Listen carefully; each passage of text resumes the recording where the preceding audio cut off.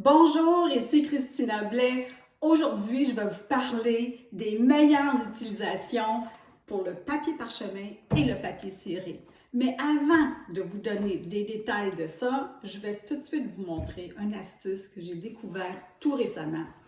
C'est une façon de faire soi-même de belles petites caissettes pour soit des cupcakes ou des muffins qui ressemblent tout à fait à la présentation qu'on peut trouver dans les cafés où on sert de jolis petits muffins artisanaux. Alors, c'est pas compliqué. Vous prenez du papier parchemin, vous pouvez faire des carrés soit de 5 pouces. Si vous prenez des carrés de 5 pouces, vous allez avoir un peu cet aspect-là. Et si vous prenez des carrés de 6 pouces, bien, ça va ressembler à ça. Alors, je vais en faire un de 6 pouces. Alors, vous découpez vos carrés. Et puis là, il faut, avec un verre, vous allez chercher un verre qui a à peu près le même diamètre que le fond de votre moule à muffin. Puis, vous le déposez pile poil au centre de votre carré. Puis, vous pouvez, avec un crayon, juste faire 4 petites marques. Parce que maintenant, ce qu'on doit faire, c'est avec une paire de ciseaux. Regardez bien. Vous pouvez couper plusieurs papiers en même temps, ça sauve un peu de temps. Vous coupez avec vos ciseaux en ligne droite vers vos marques, donc vers le centre. Et vous faites ça sur les 4 côtés. Moi, j'aime ça bricoler. Donc, 1, 2, 3, 4. Et puis, vous déposez ensuite le papier dans votre moule à muffin, mais pour vous faciliter la tâche, vous vaporisez avec un peu d'eau parce que sinon, ça a tendance à ne pas rester en place. Alors, vous vaporisez avec un peu d'eau. Vous pourriez aussi mettre une petite, avec votre doigt, juste une petite goutte d'huile au fond. Et vous venez tout simplement déposer ça au fond du moule. Et vous obtenez de belles petites caissettes. Voilà.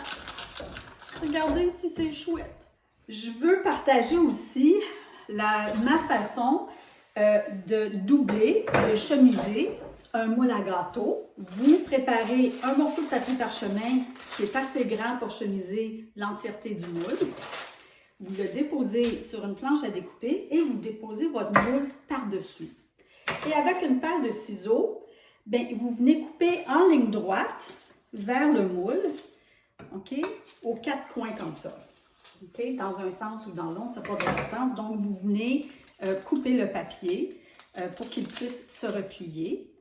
Et tout ce qu'on fait après, c'est qu'on dépose ça dans le moule à gâteau et les côtés sont parfaitement droits.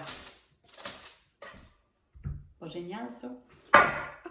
Parlons maintenant de la différence entre le papier parchemin et le fameux papier ciré. Moi, quand j'étais petite, le seul papier à cuisson qu'il y avait sur le marché, c'était le papier ciré. Et honnêtement, à peu près la seule utilisation qu'on peut en faire au four, c'est pour chemiser le fond d'un moule à gâteau.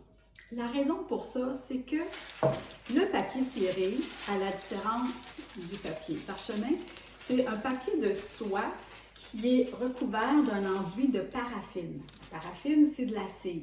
Et au four, la cire ou la paraffine va fondre, ça va dégager une odeur et cette odeur-là va s'imprégner dans les aliments. Par exemple, si vous faites cuire des biscuits sur du papier ciré, bien, vos biscuits vont goûter la paraffine. Non seulement ça, mais si la chaleur est trop élevée, bien, le papier va prendre en feu. Donc, vraiment, la seule utilisation en cuisine, c'est pour chemiser le fond des moules. Ça va parce qu'il y a de la pâte à gâteau par-dessus, donc le papier n'est pas exposé à la chaleur directe.